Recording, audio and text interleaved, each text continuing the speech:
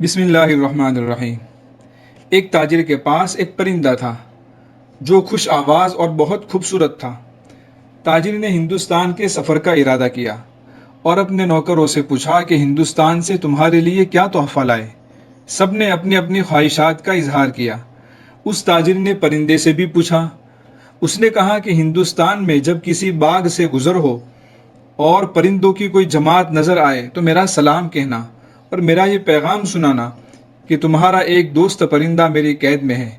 کیا تمہارے لیے یہ مناسب ہے کہ تم سب باغ و بہار کا لطف اٹھاؤ، کھلی فضا میں اڑو اور میں پنجرے میں قید رہوں؟ یہ کیسی دوستی ہے؟ تاجر جب ہندوستان پہنچا تو اس نے اپنے پالتو پرندے کا پیغام ہندوستان کے پرندوں کو سنایا۔ یہ سن کر پرندوں نے بھی اپنا سلام اس کو پیش کیا، مگر ان میں سے ایک پرندے نے جب یہ پیغام سنا تو اس کا جسم کانپ گیا اور ٹہنی سے کانپتا ہوا زمین پر گر گیا اور بالکل مرنے کے قریب ہو گیا۔ اس تاجر کو افسوس ہوا کہ خواہ مخواہ اس غریب کی جان گئی، نہ کہتا تو اچھا تھا۔ جب تاجر تجارت سے فارغ ہو کر واپس آیا تو اپنے نوکروں کو انعامات تقسیم کیے۔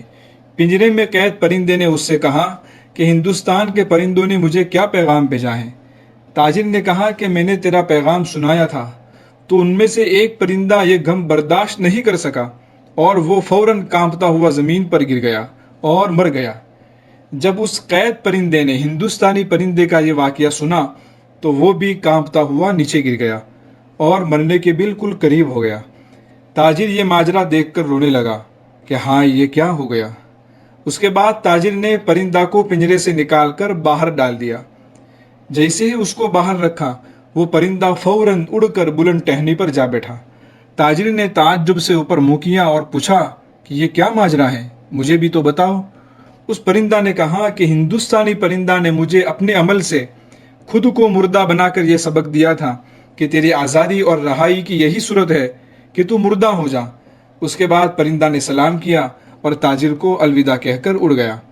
تاجر نے کہا فی امان اللہ، اے پرندے جا، تو اپنے وطن جا، مگر تو نے مجھے بھی آزادی کی ایک نئی راہ دکھا دی۔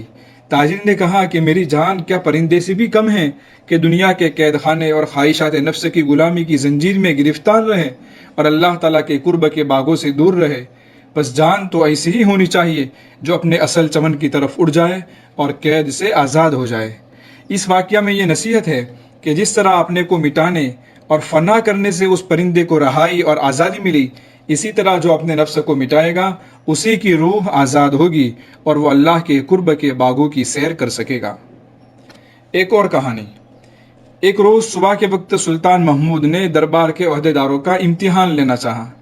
اس نے شاہی خزانے سے ایک بہت قیمتی موتی نکالا اور سب سے پہلے وزیر کے ہاتھ میں وہ موتی دیا اور اس سے پوچھا کہ بتاؤ یہ موتی کتنے دام میں بکے گا؟ وزیر نے عرض کیا کہ حضور یہ موتی تو بہت ہی قیمتی ہے، سونے سے لدے ہوئے 200 گدھوں سے بھی اس کی قیمت زیادہ ہے۔